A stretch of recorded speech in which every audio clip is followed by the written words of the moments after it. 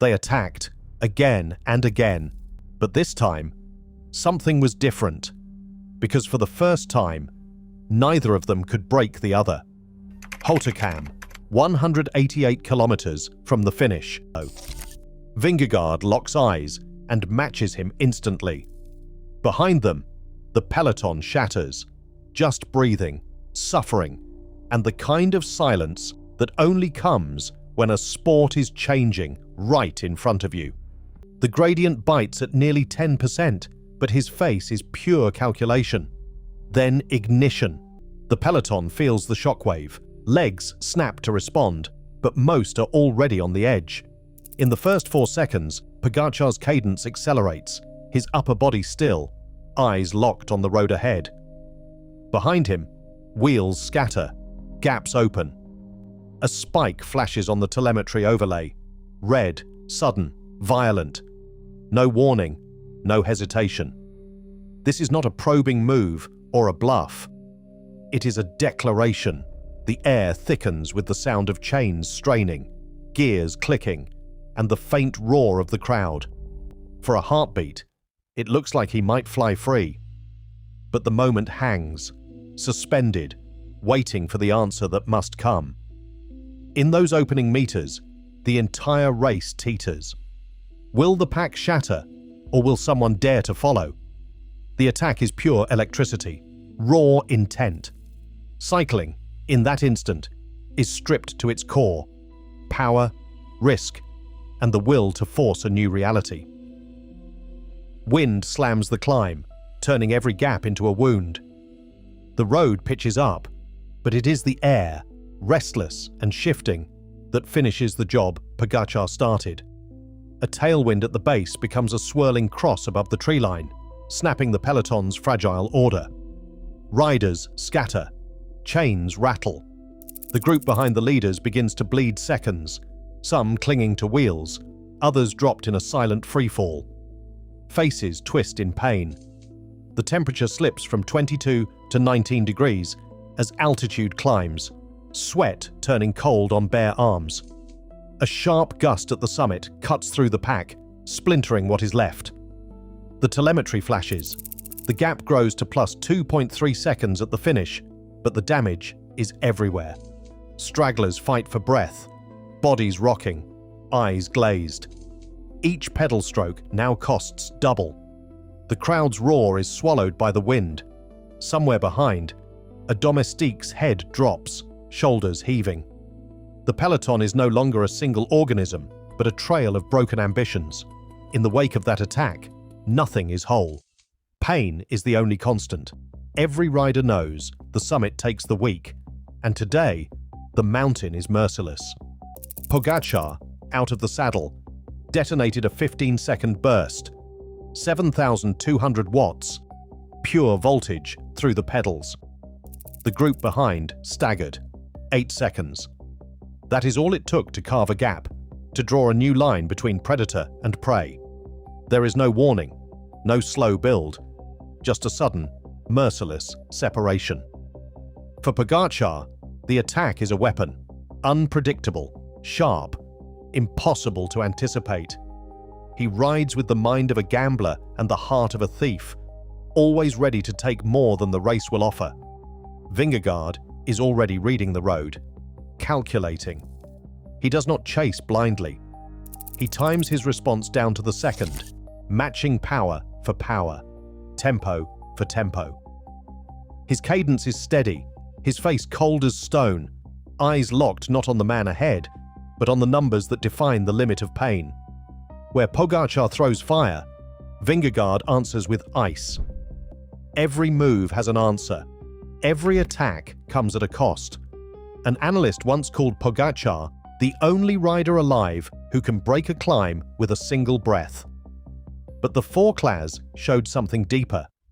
Every burst demanded a counter. Every surge met resistance. This is not just racing. It is domination and resistance. Two philosophies colliding on the same strip of asphalt. The cost is measured in seconds, in watts, in the silent calculation that follows every explosion. In this rivalry, no one rides alone. The mountain keeps score. The race becomes a test of who can force their will longer, who can pay the price for every answer demanded. Mont Ventoux rises out of the valley like a dare. The summit is still hidden, but the real battle is already underway. Vingegaard attacks with 3.3 kilometers left. No warning, just a sudden, surgical increase in cadence. The numbers spike, 6,500 watts, then 6,900 as Pogačar reacts. It is not just a contest of legs, but of nerves. Pogačar does not hesitate. He claws back the gap in 12 seconds, face locked in a grimace that is half pain, half defiance. Behind them, the peloton unravels. 14 riders hang within 20 seconds, strung out across the barren slope. No one can close the gap. No one can rest. Drone footage catches the field from above. Fractured lines, desperate chases, shadows stretched thin by the afternoon sun. It is beautiful and brutal, a portrait of collective suffering. Every surge leaves a scar, on the legs, on the mind. The group is no longer a pack, but a set of isolated struggles. Each rider measures the cost of staying close. Heart rates spike, power meters flash red, and the air grows thin. The time gaps are small, but the effort is enormous. This is what relentless answers look like. Every move is matched, every hope of escape crushed by the rival's refusal to break. The cost is measured in watts and seconds, but also in willpower. The psychological toll is visible. Shoulders sag, eyes lose focus, the rhythm falters. The race is not just against the mountain, but against the weight of expectation, the fear of being the first to crack. In this duel, no one rides for free. Every attack had an answer. Every answer demanded a price. At the 2025 Tour, one wrong move, just a few meters too far, cost UAE Team Emirates 30 seconds. The penalty lands like a hammer, 30 seconds, not for a rider's mistake, but for a car's position. The commissaire's report, brief and cold, lists the infraction. The clock does not care about intent. In the aftermath, directors scramble. Domestique rotation is rewritten overnight. Jumbo-Visma's sport director orders the support car to hold back, never closer than 30 meters. Each domestique now carries extra gels, double bottles, forced to plan every handoff with military precision. UAE splits its relay, one car shadowing the lead group, another waiting outside the zone. Roles switched every 5 kilometers.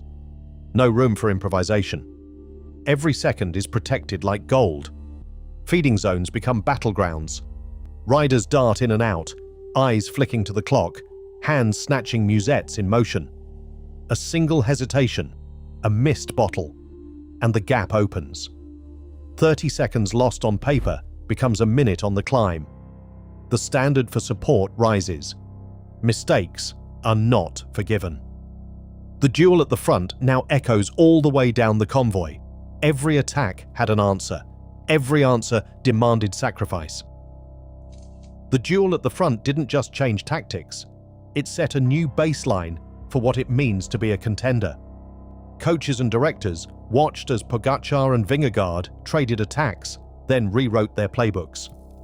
The old idea of saving one big move for the final climb was gone. In its place, the demand for repeat response capacity, launch, recover, launch again. Every young rider now trains for it. National academies in Denmark and Slovenia redesigned their under-23 curriculums, building in back-to-back interval sessions that mimic the rhythm of these battles. The Danish Cycling Federation's handbook spells it out. 3 sets of 10 minutes above threshold, with barely enough rest to catch a breath. The United Arab Emirates Youth Academy started scoring prospects on how quickly they could absorb a surge and counter. Scouts looked for riders who didn't just attack, but who could answer, again and again, under pressure. The Andorra Cycling Masters stripped away team tactics, forcing the next generation to face pure, head-to-head stress. In the wake of this rivalry, The standard has shifted. The Peloton now demands resilience, not just strength. No one rides for free. The future belongs to those who can answer every attack, no matter how many times the question is asked. Cycling's limits are rewritten right now in real time. Every rider, every team, is forced to evolve or fade. The new standard is brutal, relentless offense, flawless defense, no room for weakness. The sport can't go back. The question is, who will survive what comes next?